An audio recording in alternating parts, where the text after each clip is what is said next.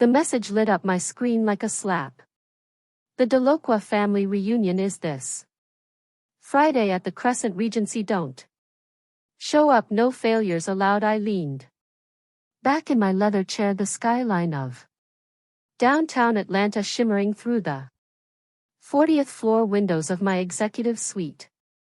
The Crescent Regency wasn't just the most luxurious hotel in the Southeast. It was mine 10 years ago. A message like that might have crushed me. Now it almost made me laugh. Another text followed. We have an image to uphold. Don't embarrass us again. I glanced up at the gilded portrait on the wall, me shaking hands with the Crescent family on the day I acquired their historic hotel brand in a $280 million zero buyout. But no one in my family knew that. To them I was still Natalie Delacroix, the dropout who left med school at 25 to play hotel maid instead of following the family's path of doctors and surgeons. They never asked what happened after. They didn't know. I worked every shift possible: housekeeping, front desk, valet, learning the industry from the roots up, or that I turned a tiny boutique inn in Savannah into a 5-star destination within 3 years. They certainly didn't know that I now ran one of the top hospitality groups on the East Coast. Another message blinked through, this one from my cousin Andrew. Mom says, don't show up in your old housekeeping uniform. It's not cute anymore. These days my uniform was a navy silk blouse and an Armand blazer, but Andrew wouldn't recognize that kind of success if it held a press conference. My assistant Janelle buzzed in. Mrs. Dequa, the quarterly revenue reports on your desk, and the Devo family confirmed the transfer of their Miami resort. Perfect. And the Delacroix family reunion booking confirmed. They reserved the Regency ballroom and ordered the platinum champagne package. Would you like us to include it on their final invoice? Smiled. Aunt Cynthia had bragged online for weeks about hosting the reunion at Atlanta's most prestigious hotel. I stood, straightened my jacket, and glanced once more at the lobby camera feed. Let the family enjoy the grandeur. The Delacroix name wasn't just on the invitation, it was etched in gold above the entrance. No, let them think it's complimentary. For now I set my phone down and swiveled in my chair, the view of downtown Atlanta glowing in the evening light. The family group chat was still pinging nonstop. Plans, RSVPs, tone-deaf excitement. My mother had chimed in. Now please understand, Natalie, your aunt just wants everything to reflect well on the family. The Crescent Regency has standards you know. Oh, we did have standards, just not the kind they assumed. I opened my laptop and clicked into the guest profiles my team had compiled for the Delacroix family. Aunt Cynthia had been flagged at multiple luxury hotels for attempting to use expired credit cards. Cousin Andrew was notorious for demanding comped upgrades and berating front desk staff. And Uncle Victor blacklisted at 2 chains after harassment complaints from housekeeping. The only reason they'd been accepted at my hotel was because they didn't know I owned it. Another buzz. Lena, my younger sister and the only one in the family who knew the truth. Are you seriously going to let them walk into your empire like that? They're awful, Nat. Don't worry, I typed back.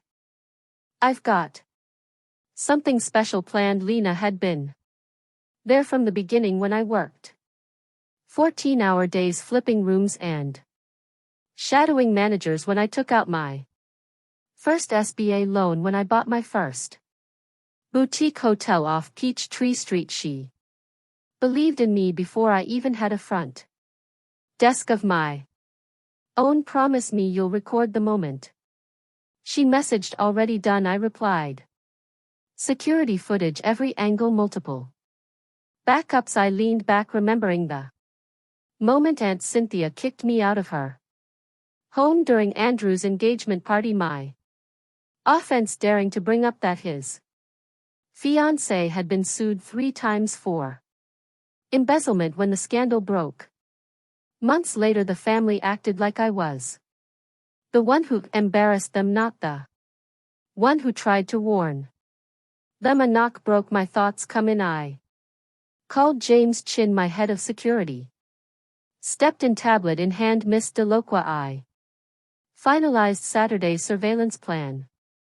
Are you sure you want to wait until they're all inside before we make the reveal? I smiled. Yes, let them soak it in.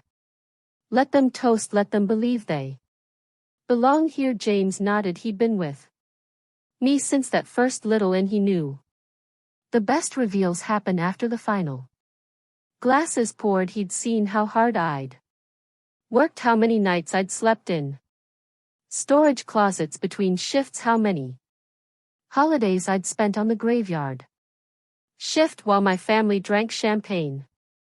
And their room reservations, James asked. Cancel them, all of them. He raised an eyebrow. Even your parents? I paused, remembering the day I told my father I was leaving med school. No daughter of mine is going to be a janitor in some hotel. He snapped. If you walk away from medicine, you walk away from this family. Especially my parents. James nodded and made a note on his tablet. In the ballroom setup, strip it down, everything except one table, one chair. Leave the chandeliers dark except one spotlight on that chair. James chuckled. Psychological warfare. I like it. After he left, I wandered to the floor, toe-sealing windows of my penthouse suite. The Atlanta skyline blinked back at me, the Crescent Regency's spire glowing above the streets where I once walked home in hand-me-down sneakers. This city watched me rise, not on family favors or last names, but grit, sacrifice, and resolve. My phone buzzed again. Aunt Cynthia, of course. We've hired photographers. Please don't ruin the photos. The Crescent has very high standards. I smiled, running my fingers along the gold-etched nameplate on my desk. Natalie Delocqua, CEO and owner, Crescent Hospitality Group. Oh, Aunt Cynthia, I murmured, you don't even know what our standards are. The rest of the week was meticulous. I reviewed security protocols, camera angles, and staff roles. My employees, many of whom had been humiliated by my family over the years, were thrilled to participate. Some even offered to work overtime for free. Friday night I called Lena. Are you ready for tomorrow? Born and ready, she laughed. Cameras charged, I've got angles planned like a film director. Then a pause button.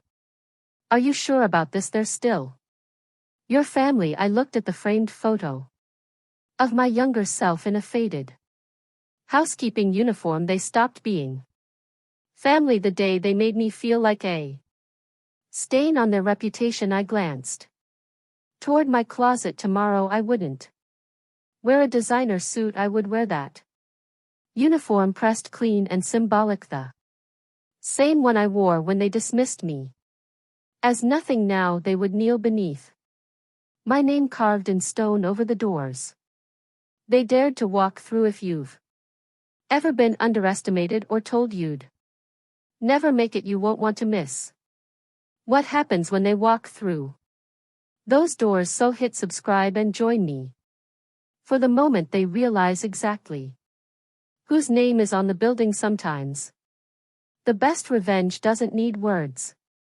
Sometimes all it takes is the perfect costume for the perfect moment. Saturday morning arrived in Atlanta with crisp skies and golden sunlight that filtered through the Crescent Regency's grand archways, the kind of flawless weather that couldn't be bought, only earned. I stood by my office window on the top floor, dressed in the neatly pressed housekeeping uniform I hadn't worn in a decade. It felt strange but powerful. "They're starting to arrive," James said. Through the intercom, "Your Aunt Cynthia just tried to demand early check-in." I smirked, and when you told her the rooms weren't available, she asked to speak to the owner, and you said that the owner would be making a grand appearance shortly on the security feed. Aunt Cynthia was posturing near the marble fountain in the lobby, her voice rising as she gestured furiously. Cousin Andrew stood beside her, tapping aggressively at his phone, no doubt preparing a venomous yelp tirade. My parents had just walked in. My father, in his tailored suit, lips pursed like he'd smelled something sour. My mother was draped in pearls I knew she'd borrowed from a friend with better credit. "Ballroom is set," James added. "One table, one chair, spotlight as requested." "And the folder?" I asked, patting the thick binder on my desk. "Inside it, every dismissive text, every email where they mocked me, every online post bragging about leaving me out of important family events, plus guest records cataloging their years of entitled disrespectful behavior, and most importantly the hotel's ownership papers." "Lena's in position with her camera," James said that. I sent a message to the family group chat. "Hope you all enjoy your time at the Crescent Regency. The service here is excellent." The responses were instant and cruel. "Aunt Cynthia, how would you know? They'd never let you in the lobby. Andrew, go back to scrubbing toilets. Mom, Natalie, please don't ruin this for everyone." I watched as they read the message, still laughing, still convinced I was beneath them. "Start phase 1," I said into the intercom. Minutes later, the front desk began turning them away one by one. "Your reservation, I'm sorry, it's been cancelled. No, there are no rooms available, and no, the owner isn't available to speak with you just yet." And Cynthia's face turned blotchy with rage. Me and I just watched, smiling. Victoria burst into tears the moment she realized there would be no suite for her to change in before the reunion. My father, never one to go quietly, began tossing around legal threats, only to be met with a polite smile and the statement, "The Crescent Regency has exceptional legal counsel, sir." Phase 2, I said into the intercom, watching the chaos unfold on screen. Our concierge staff, practiced and poised, began guiding the increasingly agitated Delacroix family toward the grand ballroom, but as the ornate double doors opened, their excited chatter faltered. No floral arrangements, no gold-accented tables, just a cavernous dark space and a single spotlight shining down on one empty chair. "There must be some mistake." My mother's voice rang out, tight with embarrassment. "No mistake, Mrs. Delacroix," James answered smoothly. "The owner asks that each of you step forward one at a time into the light." "This is outrageous," Aunt Cynthia shrieked. "Do you even know who we are? I demand to speak to the owner." I stepped through the ballroom doors. "Your request is granted." Silence fell like a dropped curtain. Every head turned. 40 pairs of eyes locked on me, standing there in my old housekeeping uniform, folder in hand. I watched confusion bloom into disbelief.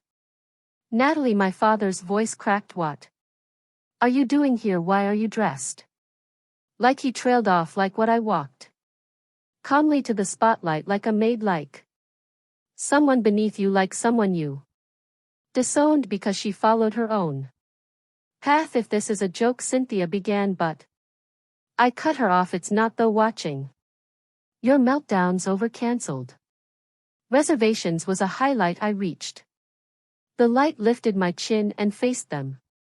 "You see, the Crescent Regency does have standards. We don't cater to guests who Scream at staff we don't honor expired credit cards and we certainly don't serve people who confuse money with character. Victoria gasped, you're just the maid. I smiled, actually I'm the owner of this hotel in the Crescent Hospitality Group, 15 properties across 3 continents. I opened the folder and let it fall open with a clean, satisfying let's take a little walk down memory lane, shall we? I began reading their words, their insults, their betrayals. My mother's voice trembled. That's impossible. What's impossible, Mom? I asked gently. That your so-called failure daughter now owns the ballroom you're standing in, the most exclusive hotel in the city. I echoed. And the person you wouldn't even invite to Thanksgiving now owns the keys. I could buy and sell this family 100 times over, but the rooms on. Cynthia sputtered. Cancelled, I said coolly, on my orders, just like this reunion. I let the silence stretch. The Crescent Regency has very high standards, and we don't host events for guests who belittle service workers. You can't do this, Andrew shouted. All my friends are coming. This is humiliating. I stepped closer, voice steady. Humiliating, like being told I was an embarrassment, like being excluded from every family milestone for not fitting your little fantasy. I turned toward the back of the room. Security James stepped forward with his team, calm and professional. Please escort everyone out, I said. If they resist, we have footage. If they escalate, we have documentation from every hotel they've mistreated staff in, and if necessary, well, the press always needs material. Natalie, please. My father stepped toward me. No, I said firmly. Where was this energy when I needed you? When I was scrubbing floors at 3 a.m. just to pay off a business loan. When you told me I was throwing my life away. The security team guided them out, protests and sobs trailing behind them like a broken parade. Oh, and one last thing, I called after them. The one she ordered, the one you assumed was complimentary. You'll each be receiving a personal bill with a service charge once the ballroom emptied. Lena emerged from her discreet filming spot that was legendary. But seriously, are you okay? I looked around at the vast, quiet room where once I was denied a seat at the table. I now owned the table. I'm perfect. That evening I changed back into my usual outfit and watched the Atlanta skyline burn gold with sunset. My phone buzzed endlessly, calls, texts, voicemails, some apologetic, others enraged, all deleted the next morning. Every major society page ran the headline: Hotel Empire Aries shuts down, family reunion over class discrimination. They praised my rise from overlooked maid to hospitality mogul. A week later, an envelope arrived from my father. Handwritten, no return address, and I hadn't decided yet whether to open it. Inside the envelope was a formal letterhead from Delocqua Carr and Keene, my family's legacy law firm, an offer to join as a named partner. I sent back a housekeeping uniform and a handwritten note: no thanks. I prefer owning buildings, renting offices inside them. The Crescent Regency only grew stronger. Its reputation for discretion, luxury, and integrity made it a beacon in the Southeast hospitality scene. I made it a core policy to hire and promote those who, like me, had started at the bottom. People with grit, curiosity, and no safety net. Every new employee heard my story, not as a revenge tale but as a reminder. Real success isn't inherited, it's built. One late night at the hotel, I slipped on that old uniform and walked the halls. Not out of nostalgia but reverence for the girl I used to be, the one who vacuumed suites while her family Snickered behind her back she wasn't. Broken she was becoming, and now everyone knew it. The Delacroix family never hosted another reunion at a luxury venue. They couldn't. Word travels fast among high-ex hotelers, and apparently my story resonated. Some even framed it in their offices, a reminder that success doesn't always arrive in a designer suit. Sometimes it wears a name tag and carries keys like the spotlight in the ballroom during orientation tours. I'd pause beside it and I'd tell the story of the day I stood beneath that beam in a maid's uniform, teaching my entire family a lesson they'd never forget. It wasn't about vengeance, it was about value and proving once and for all that I became someone no one thought I could be. Natalie Delacroix, hotel magnate, CEO, founder. Not bad for a so-called failure. Hey, if you felt something watching this unfold, if you've ever been dismissed, underestimated, or told you're not enough, hit that subscribe button and stand with me. Your support isn't just for my story. It's for everyone who's ever started at the bottom and dared to rise. I want to hear from you. Drop a comment below. Tell me what part of this hit home. Let me know if you've ever worn a uniform they looked down on, only to build something no one saw coming. Your voice matters. Her